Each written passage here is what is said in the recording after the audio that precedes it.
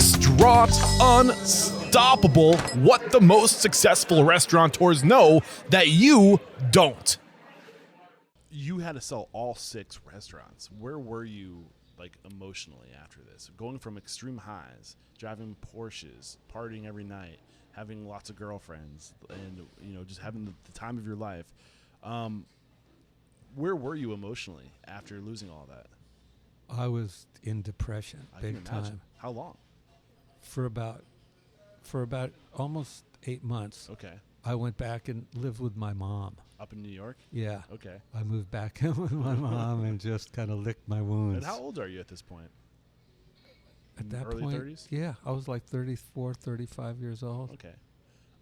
So at what point did you have enough of, you know, licking your wounds? You say, okay, it's time to pick yourself up by your bootstraps and get after it. Yeah.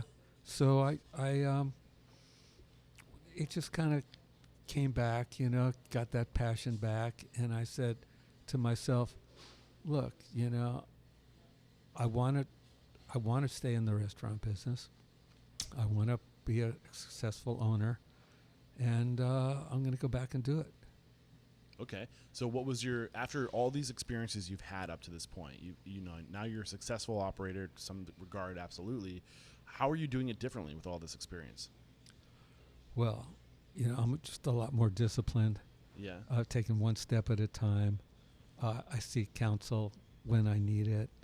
I try to limit my risks, and but my values have stayed the same throughout all of this. And where would you try to seek counsel? Give me an example of where you go for counsel. Like having an attorney that you could trust, who will not yes you to death, that'll give you good advice. Having an accountant who could tell you, you know, what you can and can't really do. Those are the 2 key ones that come up all the time in the show, as far as, like, you need to, like, grow your team beyond, like, the 4 walls of your business. And the first things you need to outsource to are typically an attorney and an accountant. Why are those 2 the big ones? Because they without them you could lose a lot of money. Oh, yeah. Absolutely. So, okay, let's take a step back. Let's just zoom to 30,000 feet. It's now the late 80s? Yeah. Okay, late 80s. You dust yourself off. You say, let's get back at it. Paint the picture of what restaurants have been in your life from then to now, if that makes any sense. So we can see, are you still, because I know you opened the pizza concept, Pezzo? Yeah. That was an 80s concept, was it not? 89. Was that one of your first restaurants, getting back into it? Yeah. Okay. So, yeah, before I opened Prezo, I went to work at a hotel in Fort Lauderdale. Okay. As a manager, and then was that your first step back into hospitality after getting out? Yeah, okay. Pretty much.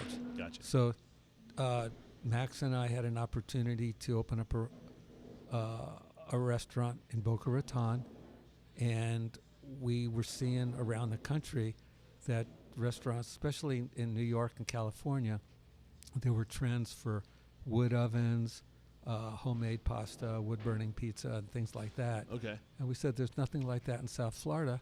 You know, why don't we open up something like that? You know, we visited those places, and so we could do this.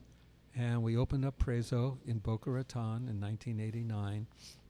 Once again, huge success. Yeah, I bet. Huge success. And we were the first restaurant in South Florida to have a wood-burning oven.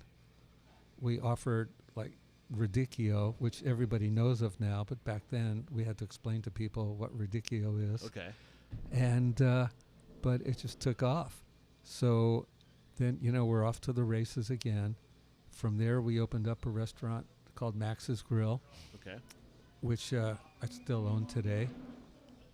And then we met the famous basketball player Wilt Chamberlain, and we partnered up with Wilt to open a sports bar called Wilt Chamberlain's. Okay. And we had a good solid foundation, and then we grew this business over time to where we had 14 restaurants that stemmed from South Beach to Orlando.